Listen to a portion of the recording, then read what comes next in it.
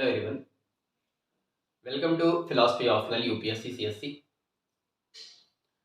आज हम लोग लेबनीज में पूर्व स्थापित सामंजस्य प्री स्टेब्लिश हार्मोनी पर चर्चा करेंगे और हम लोग देखेंगे कि लेबनीज कैसे प्री स्टेब्लिश हार्मोनी के माध्यम से वो मन और शरीर के बीच में जो संबंध है उसकी व्याख्या करते हैं। इसके अलावा यह भी देखना है कि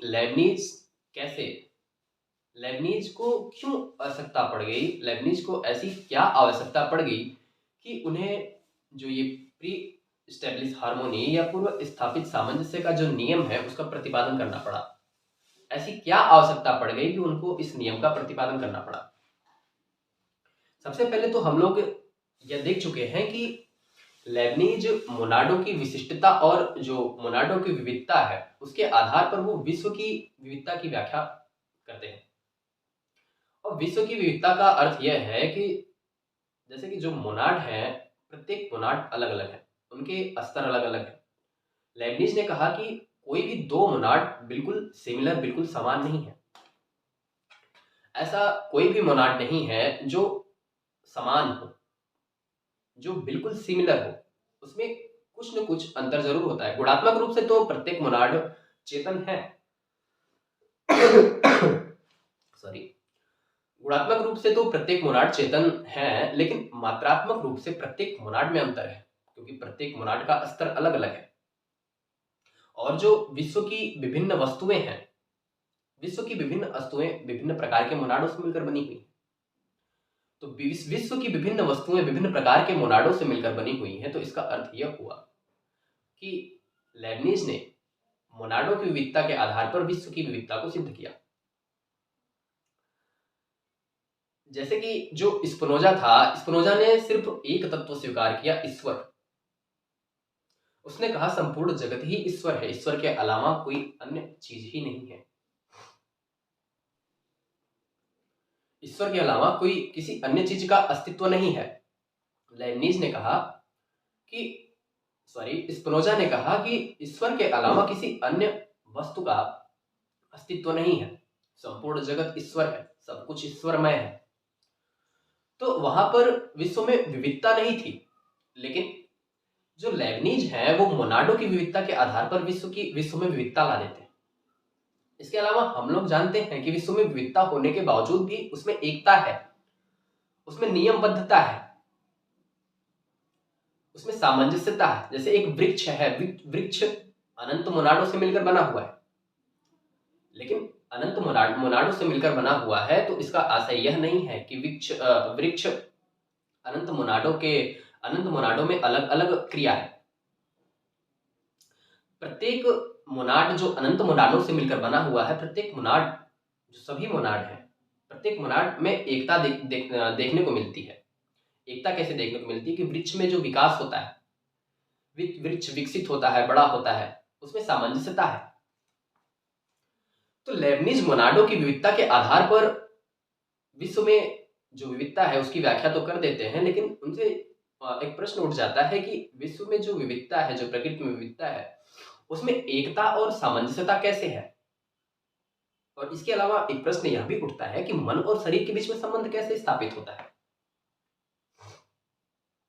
तो इन सब प्रश्नों के उत्तर के लिए लेबनीज प्री स्टैब्लिश हार्मोनी, पूर्व स्थापित सामंजस्य के नियम की व्याख्या करते हैं। इन्हीं सब रीजन से उन्हें अपना पूर्व स्थापित सामंजस्य के नियम का प्रतिपादन करना पड़ा। उन्होंने कहा कि जो मोनाड है उनके बीच में संबंध कुछ ऐसा है कि जिस समय उन्होंने कहा कि प्रत्येक मोनाड को ईश्वर ने रचा है, प्रत्येक मोनाड का निर्माता ईश्वर है, ईश्वर ने मोनाडो की रचना की है। और लेबनीज ने कहा कि ईश्वर जब मोनाडो की रचना कर रहा था तो उसी वक्त मोनाडो की रचना करते समय उसी वक्त मोनाडो में एक सामंजस्य स्थापित कर दिया, एक ऐसा हार्मोनी, एक ऐसा सामंजस्य स्थापित कर दिया कि अगर एक में परिवर्तन हो रहा है तो उसी के अनुरूप दूसरे में भी परिवर्तन होगा। लेबनीज ने कहा कि जब ईश्वर मोनाडो की रचना कर रहा था तो उसी वक्त उसमें एक ऐसी हार्मोनी स्थापित कर दी, प्रत्येक मोनाडो में एक ऐसा सामंजस्य स्थापित कर दिया कि अगर एक में परिवर्तन हो रहा है तो उसी के अनुरूप दूसरे में भी परिवर्तन अपने आप होगा। उन्होंने कहा कि जो मोनाड है उनके बीच में कार्य कारण का संबंध नहीं है। मोनाडों में कार्य कारण का संबंध नहीं है कि किसी कारण के लिए वो परिवर्तित होते हैं। वो उन्होंने कहा कि मोनाडों के बीच में जो संबंध है वो कार्य कारण का नहीं है।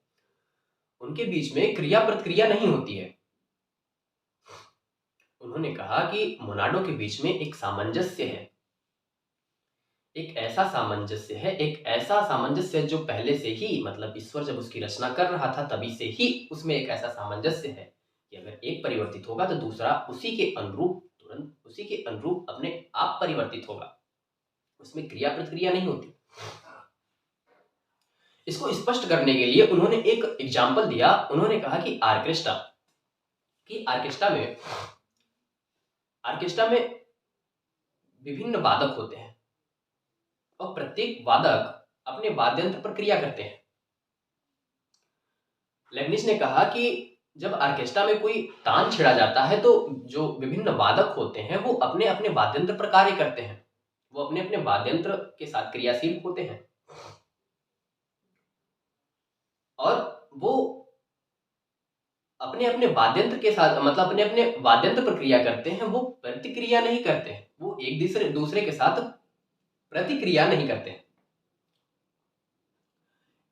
इसके बावजूद जो उनका लक्ष्य है एक तान बनाना, अपने आप एक तान का निर्माण हो जाता है और एक मधुर ध्वनि, एक तान बन जाता है। प्रत्येक वादक जो है अपने अपने वाद्यंत्र पर क्रिया करते हैं और उनकी क्रिया से एक मधुर तान बन जाता है। तो लेibniz कहते हैं कि उसी प्रकार जिस प्रकार से आर्केस्ट्रा में जो वादक हैं वो अपने अपने वाद्यंत्र पर क्रियाशील हैं, उसी प्रकार जो मोनाड है, जो चिजड़ू है, वो उनके अंदर आंतरिक क्रिया शक्ति है, वो खुद शक्ति के केंद्र है, वो आंतरिक क्रियाशील है और उनका जो लक्ष्य है वो ईश्वर की अवस्था, वो गॉड की अवस्था को प्राप्त करना चाहते हैं। क्योंकि हम लोग जानते हैं कि चिजड़ुओं के विभिन्न स्तर हैं और जो सबसे परम चिजड़ू है वो गॉड है, वो ईश्वर है और प्रत्येक चिजड़ू गॉड की अवस्था को प्राप्त करने के लिए प्रयासरत है। तो प्रत्येक चिजड़ू में एक सामंजस्य पाया जाता है कि वो प्रत्येक चिजड़ू गॉड की अवस्था को प्राप्त करने के लिए प्रयासरत है, अवस्था को प्राप्त करने के लिए प्रयास करते हैं। जिस प्रकार से प्रत्येक वादक अपने वाद्य यंत्र के साथ क्रिया करता है और उसके साथ एक तान, मतलब एक सामंजस्य स्थापित होता है, उसी प्रकार प्रत्येक चिजड़ू ईश्वर की अवस्था को प्राप्त करना चाहते हैं और वो आंतरिक क्रियाशील होते हैं। उनमें कोई क्रिया प्रतिक्रिया नहीं होती है, उनमें कोई भी क्रिया प्रतिक्रिया नहीं होती, इसमें कोई भी कार्य कारण संबंध नहीं होता है। तो यहां से हमें यह देखने को मिलता है कि जो लेibniz का दर्शन है वो प्रयोजनपूर्ण है। हम लोगों ने स्पिनोजा के दर्शन में देखा था कि स्पिनोजा ने कहा कि सब कुछ नियत है, संपूर्ण जगत नियत है और यहाँ पर सब कुछ पहले से ही निर्धारित है और जगत निष्प्रयोजन है। क्योंकि हम लोगों ने देखा था कि जब संपूर्ण जगत ही ईश्वर है, ईश्वर के अलावा कुछ है ही नहीं है, तो इसका अर्थ यह हुआ कि सब कुछ जब ईश्वर ही है तो सब कुछ प्रयोजन, उसमें कोई भी प्रयोजन नहीं है। वो जो जगत है वो निष्प्रयोजन है, वो यांत्रिक है। लेकिन जो लेibniz का दर्शन है, लेibniz के दर्शन में जो मोनाड है उनका एक लक्ष्य है, उनका एक प्रयोजन है, वो प्रयोजनपूर्ण है, वो निष्प्रयोजन नहीं है। क्योंकि प्रत्येक चिजड़ू वो ईश्वर की अवस्था को प्राप्त करना चाहते हैं, प्रत्येक चिजड़ू ईश्वर की अवस्था को प्राप्त करना चाहता है और प्रत्येक चिजड़ू गतिशील है। हम लोगों ने देखा था कि उसमें आंतरिक शक्ति है, वो गतिशील है और प्रत्येक चिजड़ू ईश्वर की अवस्था को प्राप्त करना चाहता है। तो इस प्रकार जो प्री एस्टेब्लिश हार्मोनी है उसका प्रतिपादन लेibniz करते हैं। आइए देखते हैं कि इसके आधार पर लेibniz मन और शरीर के बीच में संबंध कैसे स्थापित करता है। लेibniz के पहले भी जो मन और शरीर की समस्या थी, यह जटिल डेकार्ट के दर्शन से हो जाती है। उससे पहले भी मन और शरीर की समस्या थी, लेकिन डेकार्ट के दर्शन से मन और शरीर की समस्या कुछ ज्यादा जटिल हो जाती है। तो डेकार्ट ने मन और शरीर की समस्या को सॉल्व करने के लिए, मन और शरीर की समस्या का समाधान करने के लिए डेकार्ट ने कहा कि जो मन है उसका गुण है विचार करना और शरीर का गुण है विस्तार। उन्होंने कहा कि मन और शरीर के बीच में क्रिया प्रतिक्रिया होती है, क्योंकि ये परस्पर विरोधी हैं, और जहां पे दो विरोधी सत्ताएं होती हैं वहां पर क्रिया प्रतिक्रिया ही होता है। तो उन्होंने कहा कि मन और शरीर के बीच में जो संबंध है वो पीनियल ग्लैंड के द्वारा स्थापित होता है। उन्होंने कहा कि पीनियल ग्लैंड के द्वारा मन और शरीर के बीच में संबंध स्थापित होता है। जब कोई भी घटना शरीर के साथ होती है तो उसकी सूचना पीनियल ग्लैंड को जाती है, क्योंकि वो सबसे ज्यादा संवेदित भाग है। तो जब इसकी सूचना पीनियल ग्लैंड को जाती है तो वो उसकी जो सूचना है वो मन को भेजता है, और अगर मन में कोई विचार आता है तो वो सबसे ज्यादा संवेदित होने के कारण पीनियल ग्लैंड में जाता है, उसकी सूचना पीनियल ग्लैंड में जाती है, और पीनियल ग्लैंड उसकी जो सूचना है वो शरीर को भेजती है, और शरीर उसके आधार पर क्रिया करती है। तो लेibniz जो डेकार्ट है, उन्होंने मन और शरीर के बीच में संबंध स्थापित करने के लिए उन्होंने क्रिया प्रतिक्रियावाद का सहारा लिया। उसके बाद स्पिनोजा आते हैं, और स्पिनोजा कहते हैं कि जो मन और शरीर है ये परस्पर विरोधी नहीं है, भिन्न तो है लेकिन परस्पर विरोधी नहीं है, ये समांतर है। डेकार्ट ने मन और शरीर को दो अलग अलग द्रव्य माना था, लेकिन लेibniz ने उसे द्रव्य नहीं माना, उसे कहा कि ये विकार है, ये मोड्स हैं, माइंड और बॉडी। उन्होंने सबसे पहले कहा कि जो स्पिनोजा ने कहा कि संपूर्ण जगत जो है वो ईश्वर है, ईश्वर के अलावा कुछ भी नहीं है, एवरीथिंग इज गॉड। और इसी ईश्वर की अभिव्यक्ति जो होती है वो एट्रीब्यूट्स में होती है, वो गुणों में होती है, और इस गुण की जो अभिव्यक्ति होती है वो होती है विकारों में। और यही विकार जो है, यहां से जो गुण है, यहां से दो भाग है, एक मन एक शरीर, ये विकार है।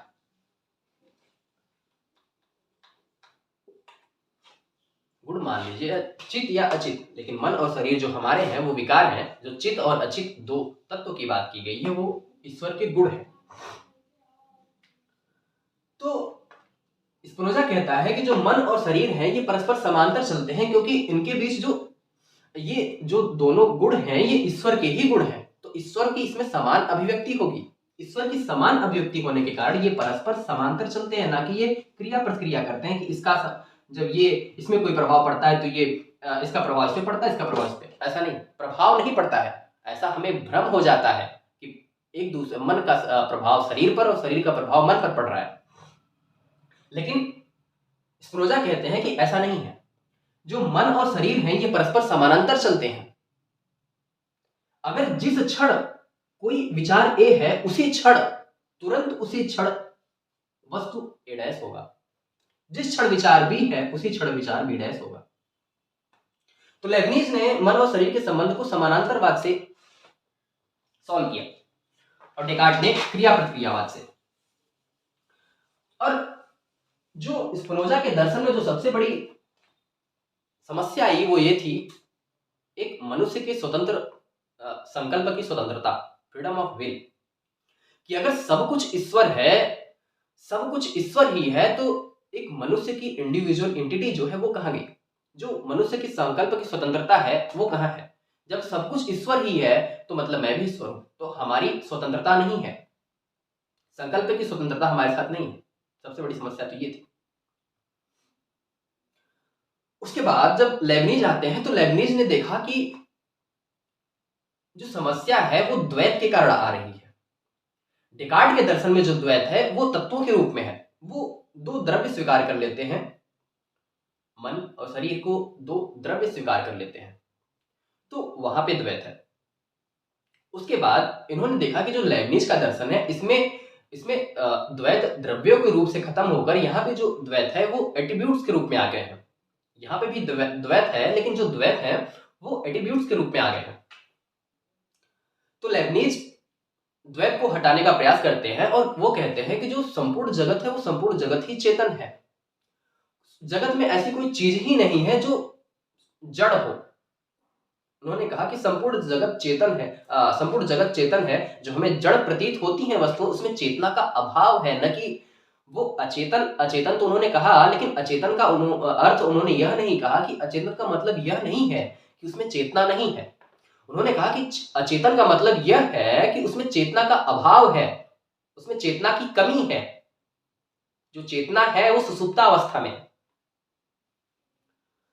और लेबनीज कहते हैं कि जो चिड़ू है, लेबनीज मन और शरीर की समस्या को समाधान करने के लिए उन्होंने सबसे पहले तो कहा कि जो मनुष्य है वो विभिन्न चिड़ुओं से मिलकर बना हुआ है, अनंत चिड़ुओं से मिलकर बना हुआ है। और इन चिड़ुओं में एक चिड़ू होता है जो प्राइम कॉन्शियस होता है, एक चिड़ू होता है जो प्राइम कॉन्शियस होता है। और प्राइम कॉन्शियस के द्वारा जो संपूर्ण शरीर के चिड़ू हैं वो इसके द्वारा नियंत्रित होते हैं। लेबनीज ने कहा कि एक मन चिड़ू है, उसे उन्होंने कहा प्राइम कॉन्शियस। जो प्राइम कॉन्शियस है, मन चिड़ू है, उसके द्वारा जो संपूर्ण जो चिड़ू है, जो इसके द्वारा जो शरीर के संपूर्ण चिड़ू है वो उस मन चिड़ू द्वारा नियंत्रित किए जाते हैं। संपूर्ण चिड़ू मन चिड़ू के द्वारा नियंत्रित किए जाते हैं। लेकिन यहाँ पे एक समस्या उठी कि अगर जो चिड़ू है वो गवाक्षहीन है, इसमें कोई विंडो ही नहीं है। संपूर्ण चिड़ू गवाक्षहीन है, विंडोलेस है, उसमें कोई भी विंडो नहीं है। संपूर्ण चिड़ू गवाक्षहीन है, विंडोलेस है। तो यह कैसे संभव है कि जो विंडोलेस है, जो मन चिड़ू है वो भी विंडोलेस है, तो वो कैसे संभव है? ये कैसे संभव है कि गवाक्षहीन होते हुए ये इन चिड़ुओं ये गवाक्षहीन होते हुए ये शरीर की चिड़ुओं को नियंत्रित करेगा? यह कैसे संभव है कि गवाक्षहीन होते हुए जो मन चिड़ू है वह शरीर के चिड़ुओं को नियंत्रित करेगा? जो माइंड मोनाड है, जो प्राइम कॉन्शियस है, वो कैसे बॉडी मोनाड्स को कंट्रोल करेगा? जब वो गवाक्षहीन है, उसमें कोई प्रक्रिया मतलब संबंध स्थापित करने का कोई तरीका ही नहीं है, क्योंकि वो विंडोलेस है। तो वो ऐसा कैसे कर सकता है कि वो जो मन चिड़ू है वो संपूर्ण शरीर के चिड़ू को नियंत्रित करे? पहली समस्या। और दूसरी समस्या यहाँ पे ये आई कि जो मन चिड़ू है, इन्होंने कहा कि जो मन चिड़ू है वो शरीर के संपूर्ण चिड़ुओं को नियंत्रित करता है।